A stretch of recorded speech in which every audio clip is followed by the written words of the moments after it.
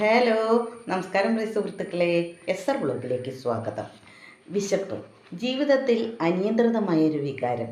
ജീവനുള്ള ഏത് ജീവികൾക്കും ഒന്നല്ലെങ്കിൽ രണ്ടു നേരമൊക്കെ വിശന്നിരിക്കാനാവുമായിരിക്കും അല്ലേ? ഒരാഴ്ചയോ ഒരു മാസമോ ഭക്ഷണം കിട്ടാതെയൊക്കെ വന്നാലുള്ളൊരവസ്ഥ എത്ര ഭീകരമായിരിക്കും അല്ലേ? വിളഞ്ഞ പാടത്തു നിന്ന് നെല്ല് കൊയ്തു കൊണ്ടുവന്ന് കുത്തി അരിയാക്കി കഞ്ഞിയാക്കി 8ഉം 10ഉം പാത്രങ്ങളിൽ വിളമ്പിയിരുന്ന ഒരു കാലമുണ്ടായിരുന്നു നമ്മുടെ ഓർമ്മയിൽ. അന്നവർ എത്ര നിറച്ചുണ്ടിട്ടുണ്ടാകുമെന്ന് നമുക്ക് ഊഹിക്കാവുന്നതല്ലേ ഉള്ളൂ. ഇന്ന് 2ഓ 4ഓ അംഗങ്ങൾ മാത്രമുള്ളിടത്ത് ഏത് ഭക്ഷണമാണ് കഴിക്കേണ്ടത് എന്നുള്ള ആശങ്കയിലാണ് മിക്കവരും. ഇന്ന് നമുക്ക് കേൾക്കാം എൻ്റെ സ്വന്തം രചനയിൽ വിശപ്പ്. മാനം തെളിഞ്ഞോ, മഴക്കാറു നീങ്ങി, ഇളം പൈതലിൻ ഭാവം പോൽ തിളങ്ങി പ്രകൃതിയും. നീല നീരാളം പുതച്ചൊരാവാനിലേക്കുറ്റു നോക്കുന്നു ഞാൻ. പശ്ചിമാംബര ഭംഗികൾ. നീല നീരാളം പുതച്ചൊരാവാനിലേക്കുറ്റു നോക്കുന്നു ഞാൻ. പശ്ചിമാംബര ഭംഗികൾ.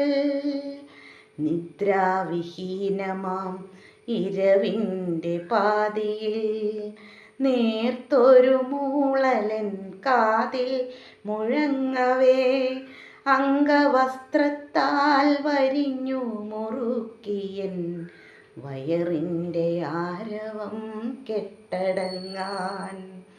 നിദ്രാവിഹീനമാം ഇരവിൻ്റെ പാതിയിൽ നേർത്തൊരു മൂളലൻ കാതിൽ മുഴങ്ങവേ, അംഗവസ്ത്രത്താൽ വരിഞ്ഞു മുറുക്കിയൻ വയറിൻ്റെ ആരവം കെട്ടടങ്ങാൻ.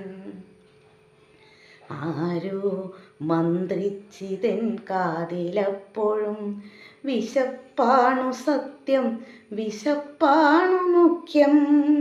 ഷോണിയിലൊരു ജീവസ്പന്ദനം പോലുമീ ഏക വികാര വിചാരമല്ലേ. മുന്നിൽ നിരന്നാ മൃഷ്ടാന്ന ഭോജനം പാദാംശു പുൽകി ചിതറിത്തെറിക്കവേ, കാറിക്കരയുന്ന കുഞ്ഞിളം ചുണ്ടിലേക്കിറ്റിച്ചു ഞാനെൻ മുലപ്പാൽ ചുരത്തി. കാറിക്കരയുന്ന കുഞ്ഞിളം ചുണ്ടിലേക്കിറ്റിച്ചു ഞാനെൻ മുലപ്പാൽ ചുരത്തി. പാതയോരം തിങ്ങിടുമാ ചേറ്റിലും എച്ചിൽ മണം പേറി ശ്വാനവൃന്ദം. കൊത്തി വലിക്കുന്നു ശവം തീനികൾ, പാറിപ്പറക്കുന്നു കാകവൃന്ദം. ഗഗനവും ഭൂമിയും സാക്ഷിയാകെ എരിയുന്ന വെയിലിൽ കരിഞ്ഞിടാതെ, ഏകാന്ത പഥികയായി ആ വഴിത്താരയിൽ ദീർഘദൂരം അലഞ്ഞിടുന്നു ഞാൻ. ഗഗനവും ഭൂമിയും സാക്ഷിയാകെ എരിയുന്ന വെയിലിൽ കരിഞ്ഞിടാതെ, ഏകാന്ത പഥികയായ വഴിത്താരയിൽ ദീർഘദൂരം അലഞ്ഞിടുന്നു ഞാൻ.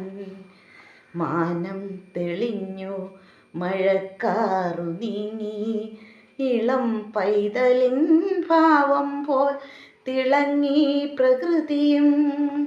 ഒന്നു മറ്റൊന്നിനെ തിന്നു മരിക്കുന്നു, മരിച്ചതോ തിന്നു മറ്റൊന്നു ജീവിക്കുന്നു.